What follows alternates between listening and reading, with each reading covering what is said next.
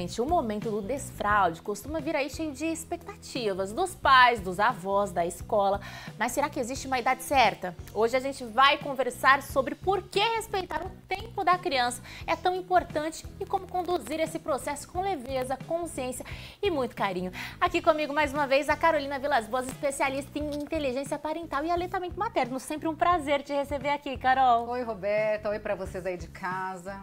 Roberta, quanto eu mais estudo e mais pesquiso, sabe o que na verdade eu descubro? Que não tá fácil ser criança nesse mundo não, viu, Roberta? Eu imagino. Pra gente começar, né? Muitos pais, quando a gente fala de desfraude, eles acabam vendo isso como uma corrida contra o tempo. Quais são os impactos de antecipar esse processo antes da criança realmente estar pronta? Tanto do ponto de vista fisiológico, quanto também do emocional. Existem, Carol? Roberta, é um assunto assim bem polêmico também, né? Mas até que leve. Hoje nós vamos falar sobre o desfraude e eu vou conduzir vocês. Na verdade, a gente vai fazer um contexto porque eu acho muito importante a gente conhecer um pouquinho da onde vem essa prática do desfraude conduzido pelo adulto, né? Então, o adulto quer protagonizar o desenvolvimento infantil, né? Quando na verdade isso tem que ser da criança. Então, quando a gente busca na história essas informações, o que na verdade a gente encontra? Lá na época da Revolução Industrial, mulheres foram para o mercado de trabalho, isso já tem uns 200 anos antes do meu nascimento, né? E as crianças também foram para o trabalho. Então, a gente tinha crianças de todas as fases lá nas indústrias, né? E isso era normalizado.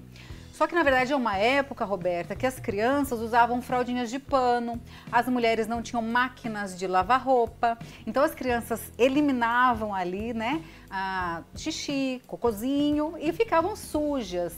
E as mães tinham muita preocupação em manter essa criança viva, porque era uma época que se morria facilmente, a mortalidade era muito alta. Não tinha medicina como tem hoje, antibiótico, não tinha o conhecimento da ciência nem da neurociência. Então, começou-se um treinamento para desfraude muito precoce, pautado assim, tinha pediatra, Roberta, que prescrevia laxante, com horários rígidos, para a criança fazer cocô naquele momento. Caramba. E se ela não obedecesse, ela apanhava.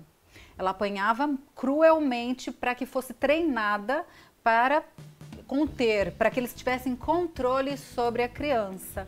Então a gente vê que isso vem se arrastando, até porque depois só em 1900 é que começou-se a ter leis que começou a defender a infância e algumas crianças foram para as primeiras escolas, né?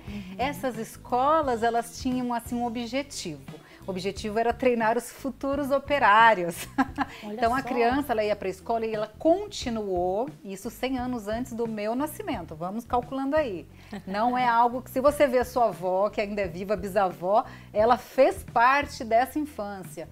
Então, nesse momento, ainda nas primeiras escolas, era-se um treinamento rígido, com palmatórias, batia-se nas crianças, no bumbum delas, se elas não fizessem as eliminações nos horários estabelecidos. Então, veja só da onde vem tudo isso. Aí, quer saber os prejuízos, Roberta? Nossa, eu imagino que são muitos, Vamos falar, né, dos prejuízos? Falar.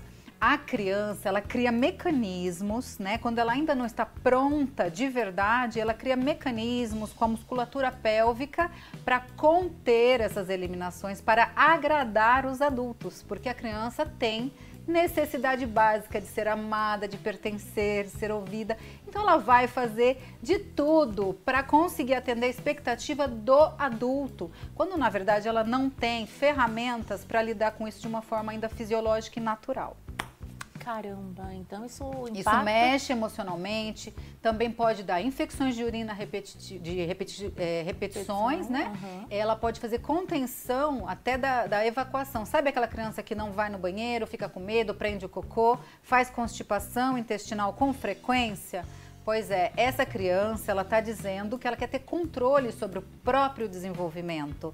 Então, tem uma frase, Roberta, que fala assim: toda ameaça à autonomia gera resistência. Então a criança, ela resiste ao comando daquele adulto porque ela quer ser dona do próprio corpo e do desenvolvimento dela. Então a gente pode pensar que para acontecer um desfraude fisiológico e natural, Roberta, Por volta de 3 a 4 aninhos, a criança começa a ter consciência do que é uma plenitude vesical com o xixi, do que é ter, por exemplo, a continência urinária. Ela se aproxima dos 4 anos de idade, para a criança de verdade segurar o xixi na bexiga e procurar um banheiro. Olha só. Então, a ciência fala que por volta de 4 aninhos de idade, 80% dessas crianças vão estar nessa fase de desfraude fisiológico e natural. Agora, vamos entender como que é o desfraude na verdade? Vamos contar a verdade, Roberta? Quero saber. Então, vamos lá. O desfraude fisiológico e natural, ele tem que ter um tripézinho bem formadinho. O cognitivo, a criança saber o que é o xixi sendo feito na barriguinha, o que é o cocô, e aí é interessante mostrar algumas imagens para ela, tá? O fisiológico, o cognitivo, o motor e o emocional. Então vamos pensar que a criança precisa conhecer a casa, conhecer o banheiro, ver a família usar o banheiro, né? Ela também tem que estar tranquila, com a mente relaxada, sem cobrança da família. Tá? Não é aquela coisa cocô, banheiro, né? No dia todo falando aquilo para a criança, vai fazer ela se desconectar do próprio sentir. Então ela precisa estar tranquila para ela perceber a plenitude da bexiguinha e aprender que chega um momento que ela vai segurar o xixi por um tempo e ir ao banheiro, né? Nós vamos falar que são 4 momentos de desfraude, tá? Ela primeiro vai passar pelo desfraude noturno do cocô, ela deixa de fazer na infância o cocô à noite. Depois ela passa no diurno do xixi, passa a não fazer xixi na fralda durante o dia. Depois ela faz o desfraude diurno do cocô, ela consegue fazer o cocô no vaso. E por último, o noturno do xixi. Então são 4 desfraudes e para cada um deles, Roberta, a gente tem que respeitar alguns momentos da criança, principalmente no final, que eu sei que os pais ali em casa têm dúvida, tá? Então vamos pensar aqui comigo. Ela vai fazer um momento que ela não tem nem consciência, é indiferente, o bebezinho faz xixi, faz cocô e nem percebe. Você vai lá, troca a fralda, né, o bebê pequenininho. Depois tem um segundo momento que a criança vai te falar no passado. Por exemplo, ela vai falar assim: mamãe, eu fiz o xixi. Mamãe, eu fiz o cocô. Na verdade, essa segunda fase, a criança só está entendendo o peso da fralda. Ela sabe que é uma fralda com xixi, ela sabe que é uma fralda do cocô e ela só vai falar para você isso. Ela não domina ainda o controle, tá? No terceiro passo, o que vai acontecer? Ela vai fazer uma comunicação de um futuro, mas sem controle. O que é um futuro sem controle? Ela vai falar: mamãe, vou fazer xixi, mamãe, vou fazer cocô. Porque, na verdade, ela percebe o xixi saindo, ela percebe o cocô, mas ela não tem o controle de segurar por um tempo para ir ao banheiro. Olha que interessante. Tá? E aí o último momento, aí nessa hora é que os pais já querem desfraldar, já falam que a criança é preguiçosa. Você faz na fralda porque quer, viu? Porque sabe que tá fazendo. A gente ouve muito isso. Muito. A última etapa é quando a criança, de verdade, ela vai falar para você e vai conseguir segurar por um tempo até ir ao banheiro. É o futuro com o controle do esfíncter, entendendo a plenitude vesical. Então, se a sua criança passar 3 semanas aí com a fraldinha seca, como se fosse uma roupa íntima, usando, tirando sempre sequinha, 3 semanas mais ou menos, a gente já entende que ela pode ficar sem, Roberta.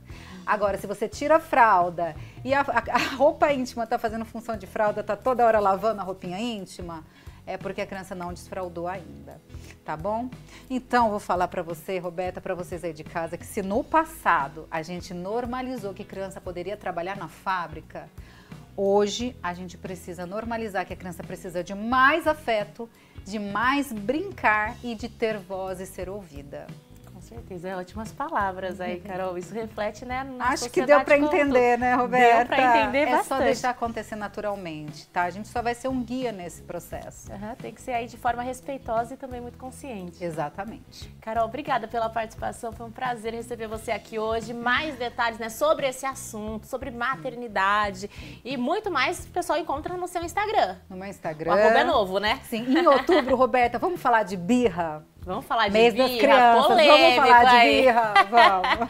Então você volta em outubro pra gente falar sobre esse assunto. A gente tá aqui na tela, olha, @carolvilasboas.oficial. Segue aí, né, Carol? Lá tem mais conteúdo sobre. Sim, tá tudo gravadinho lá. Corre pra ver os vídeos anteriores também, tá bem bacana. Isso aí, obrigada pela participação. Eu que agradeço, viu?